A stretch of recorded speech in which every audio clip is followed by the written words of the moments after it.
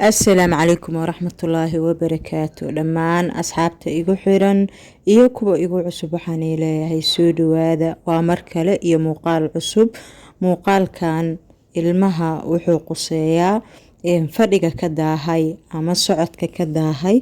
waxaan rajeynayaa hooyo badan inay ka faa'iido waa muuqaal run ahaantii waxyaabo badan taabanayo marka si wacan u dhageyso dhameysana fiidiyooga bilis hadee ku tahay markii koowaad aanu timaadid subscribe noo saar awlaadana la joogtana abaay waxaan ka codsanayaa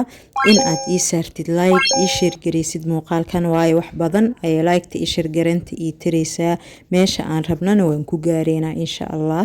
10 kunna way noo soo dhowdahay wax yar ayaa noo dhiman haduu Ilaahay idmo waayo mar walba aniga waxyaabo wanaagsan ayaa ii soo geliyaa waana mudanahay in meel sare aad gaarsiidaan waxaana igu gaarsii kartiin waa kalsoonida aad igu qabtiin in mar walba fiidiyooyada aan soo geliyo aad sii share gareysaan like-tana aad ii saartaan ilaa waa daawanaysaan fiidiyooga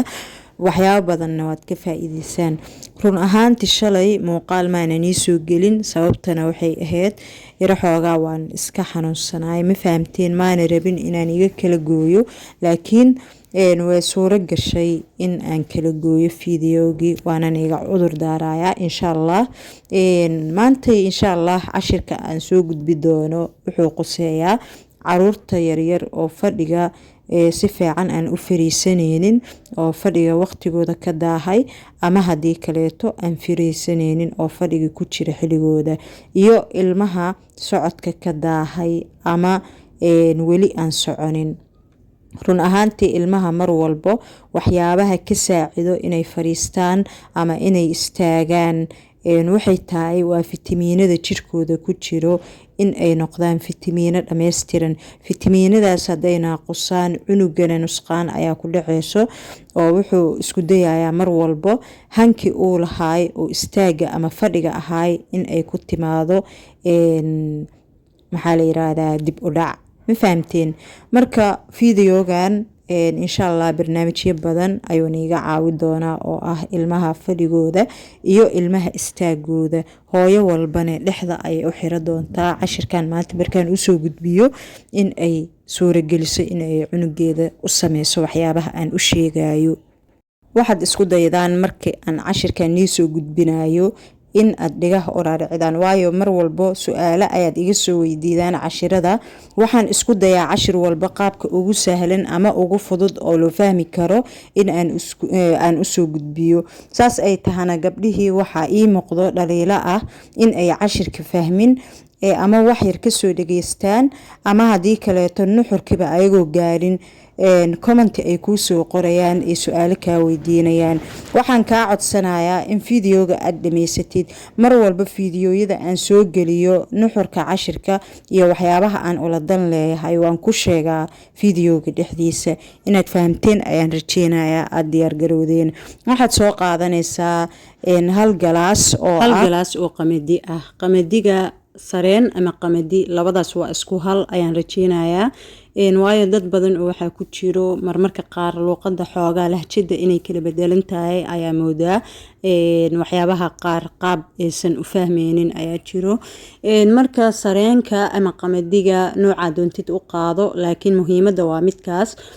waa hal galaas inuu noqdo qamaddigana waa mid dubkiisa qabo ama qabo buush maxaa la dhahaa qolofkiisa kore aan la dhambalin waad dhaqanaysaa waad nadiifsanaydaa waadna qalajinaydaa waxaad soo qaadanaysaa oo kaleeto hal galaas oo ah sisin hal galaas waxaan ka wadaa 2 bakeeri ama bakeeri iyo half soo dhow oo ah sisin ama labadaba isku cabiraad ka dhigaysaa qamadiga iyo sisinta sisinta qof walba inay garanayso ayaan jecelahay waa mid laga sameeyo saliid macsarada ma fahamteen gabdho waxa kale to soo qaadanay looska xoogaa ayaad soo qaadanay adii 2 madaal ama 3 galaas oo kale qolfaha ayaa laga dhilayaa ama laga fiiqayaa marka laga fiiqo looska qolfaha wuxuu ku noqonayaa 2 bakeeri ama hal galaas qof walba qaabka u garanayso adiga saddexda qeybbo waxaad ka dhigay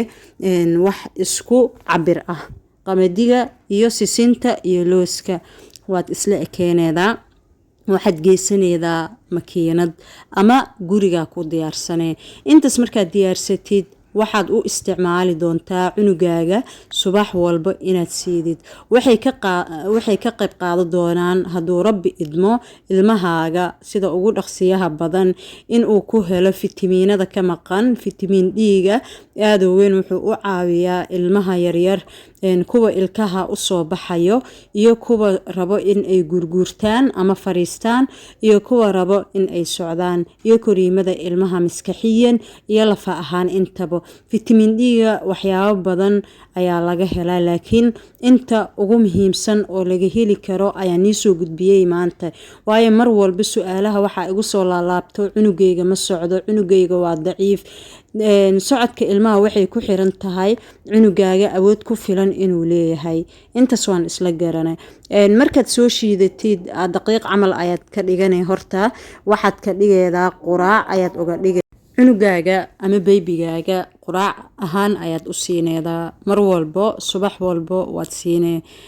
waxaad ku wadeedaa muddo 2 asbuuc ah 2 asbuuc ka bacdi cunugaaga wuxuu heli doonaa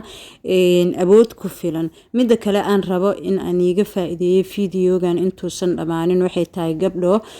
fitamiin D-ga ilmaha wax badan ayuu u taraa saas la ajligeeda cuntadan waxay kaa caawi doontaa ilmahaaga ama ha yaraado ama ha weynaado in uu muhiim cunugaaga uu u yahay in aad siidid fitamiin D ama fitamiinaadka kale oo caruurta la siiyo sharoobo ahaan usii cuntadiisana u laasim ama cuntooyinka uu ka heli karo fitamiin D-ga sida hadda mushaaridan lisugu soo dardaray oo kale aan soo sheegay oo kale aad u intifaacayaa ama rooti ayaad uga samey kartaa waxa kaleeto oo aad uga dhigi kartaa casho adigoo ugu dareysid cunugaaga sanad ama 8 bilood haduu gaaray bataati ayaa ugu dari kartaa markii aad karisid bataati ugu dhex dar ama waxaa ugu dari kartaa bardho ama waxaa uga dari kartaa maxaa la yiraahdaa karooto qudaarto kale waa u dari kartaa waa isugu shiiday waad sii kartaa waxa kaleeto oo muhiim ah in aad siidid cunugaaga bataati macaanka asagana fitamiin D ayaa ku jiro aad u wacan yahay bahashan la dhahayo misirta